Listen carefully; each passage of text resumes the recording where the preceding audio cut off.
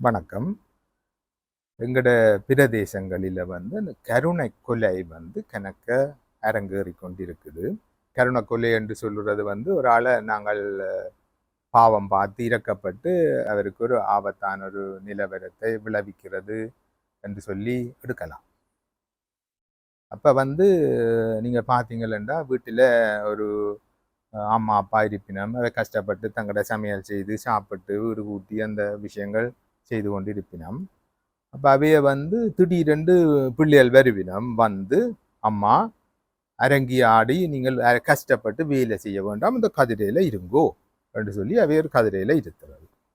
இருத்தி போட்டு நீங்கள் அதை சாப்பிடுங்கோ இதை சாப்பிடுங்கோ இதை சாப்பிடுங்கோன்னு சொல்லி எல்லா சாமானையும் வாங்கி அவைய சாப்பிட கொடுக்குறது.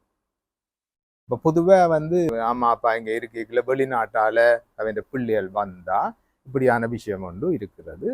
அப்போ அப்படி இருந்த உடனே அவள் இயங்கி கொண்டிருந்த அம்மா அல்லது ஐயா ஒரு வேலையும் செய்யாமல் கதிரையிலும் இருந்து பல விஷயங்களை சாப்பிட வலிக்கிட்டா அது அவைக்கு ஒரு ஆபத்தில் முடியும், உயிர் ஆபத்தில் முடியும். அப்போ அது நல்ல நோக்கத்துக்காகத்தான் அதை செய்யணும். ஆனால் அது அதுக்கு ஒரு தீமையான விளைவை போகிறது. அப்போ அவைய அந்த பாவம் பார்த்து தான் இந்த விஷயங்கள் நடக்கிறது. இன்னொரு விஷயம் பார்த்தீங்கன்னு சொன்னால் அவ அங்கே வெரைக்குள்ள ஐயோ அம்மா அப்பா பாவம் என்று சொல்லி சாக்லேட்டுகள் பிஸ்கெட்டுகள் கணக்கு அவைக்கு பழக்கம் இல்லாத கணக்க சாப்பாடுகள் அந்த வகையான ஓட்ஸ் இந்த வகையான ஓட்ஸ் அதுகள் எல்லாத்தையும் கொண்டு இதை சாப்பிடுங்க அதை சாப்பிடுங்க அவைக்கு கொடுத்த உடனே அவன் இந்த வழக்கமான வாழ்க்கை முறையெல்லாம் மாறி அவன் நிறையும் கூடி அவன் சுகரும் கூடி ப்ரெஷரும் கூடி வெயிட்டும் கூடி நடக்க முடியாத ஒரு நிலவரத்துக்கு வார நிலவரம் ஒன்று இருக்குது. ஆனபடியா அவர் அவைக்கு கொண்டு கொடுக்கல ஆரோக்கியமான விஷயங்களை கொண்டு கொடுத்தா அவன் ஆரோக்கியத்தில் கவனம் இல்லாமல் விட்டோம் என்று சொன்னால் அது எதிர்மறையான விளைவா போய் அவைக்கு ஒரு ஆபத்தை செய்து போடும். மற்றது குடும்பத்தில் பார்த்தீங்கன்னு சொன்னால் ஒரு வயது போன அம்மா அப்பா இருக்கையில் அவைகள் இந்த சிந்தனை கதை முழுக்க அந்த குடும்பத்தை பற்றி குடும்பத்தில் அவைய என்ன செய்யணும் இவை செய்யணும் பேர பிள்ளைகள் அவன் வீட்டு அலுவல்கள் சம்பந்தமாக கதைச்சு கொண்டு இருப்பினோம். ஆனால் அப்புறம் அவைய சொல்ல பார்க்குற ஒரு டெண்டன்சி ஒன்று இருக்குது. நீங்கள் தேவையில்லாத விஷயத்தில் தலை போடாதீங்க, நீங்கள் உங்களோட சுகத்தையும் உங்களோட சாப்பாட்டையும் இதெல்லாம் பார்த்து கொண்டு நீங்கள் சும்மா இருங்க. இதுக்குள்ளே போனால் உங்களுக்கு எல்லாம் குழப்பமாக போடும், குழப்பமாக போடும் என்று சொல்லி இப்போ என்று சொன்னால் அவையில் இளமையாக இருக்கைக்குள்ள கணக்க விஷயங்களை சிந்திச்சு பார்த்து அலுவல்கள் பார்த்து கொண்டிருந்தவ இப்போ அவன் இந்த பிற்காலத்தில் அவன் சிந்தனை ஓட்டங்கள் எல்லாம் அந்த குடும்பமா சுருங்கி போய் இருக்கும். அந்த குடும்பத்துக்குள்ளான அவன் சிந்தனை ஓட்டம் இருக்கு.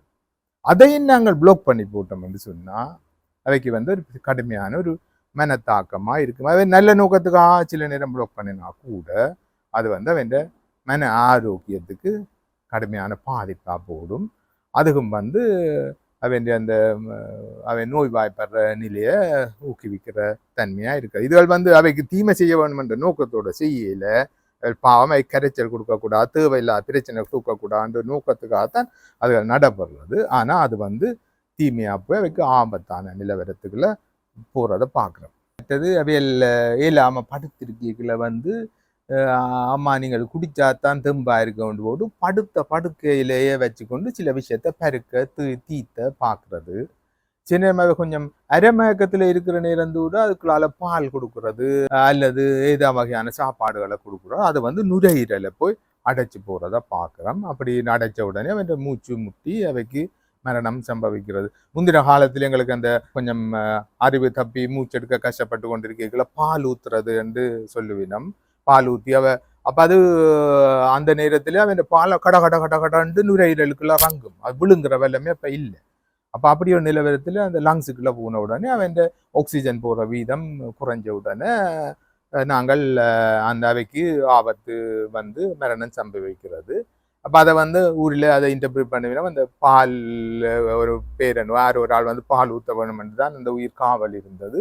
ஊத்தின உடனே அது அந்த உயிர் போயிட்டுது என்று சொல்லி ஆனபடியால் எந்த சந்தர்ப்பத்திலையும் ஒரு ஆளுக்கு விழுங்குற வல்லமை பிரச்சனையா இருந்தால் அல்லது படுத்திருக்கிற நிலவரத்துல பாலையோ அல்லது எந்த உணவையோ கொடுக்கறது பாதுகாப்பானதா இருக்காது. உண்மையான கருணை கொலை என்று சொல்லி அந்த பதம் இப்ப யூஸ் பண்ணப்படுறது என்று சொன்னா ஒரு ஆள் இந்த சஃபரிங் கூட இருக்கல அந்த நோயாளி வந்து கேட்கறது, எனக்கு இப்போ என்ன வாழ்க்கை வந்து கஷ்டமாக இருக்குது, எனக்கு சில மருந்துகளை இதுகளை தந்து இந்த வாழ்நாளை முடிவுறுத்தி விடுங்கோ, எனக்கு சில மருந்துகளை தந்து இந்த வாழ்வை முடிச்சு வையுங்கோன்ற விஷயங்கள்.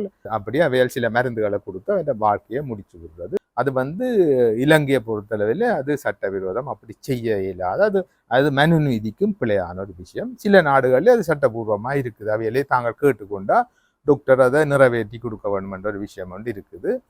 அது வந்து எங்களோட கலாச்சாரத்துக்குமோ எங்களோட பாரம்பரிய நடைமுறைகளுக்கும் அது விரோதமானது, எங்களோட சட்ட விதிகளுக்கும் அது விரோதமானது. ஆனபடியால் அது வந்து இங்கே அப்படி ஒரு நடைமுறை இங்கே இல்லை. ஆனால் மறைமுகமா சில பேரை நாங்கள் பாவம் பார்த்து அவையில கருணை காட்டி நாங்கள் காட்டுற கருணை காரணமா அவைக்கு வந்து சில நேரம் சில தீய விளைவுகள் ஏற்படுகிறது. இப்படி கணக்க விளைவுகள் உதாரணத்துக்கு தான் சில விஷயத்தை சொன்னால், ஆனபடியா நாங்கள் ஒவ்வொரு நடவடிக்கையும் நாங்கள் ஒருவருக்கு எடுக்கும் பொழுது அது அவருடைய ஆரோக்கியத்துக்கு தீங்கு விளைவிக்காது என்பதை நாங்கள் உறுதிப்படுத்தி கொண்டுதான் ஒவ்வொரு நடவடிக்கையையும் செய்ய வேண்டும். நன்றி, வணக்கம்.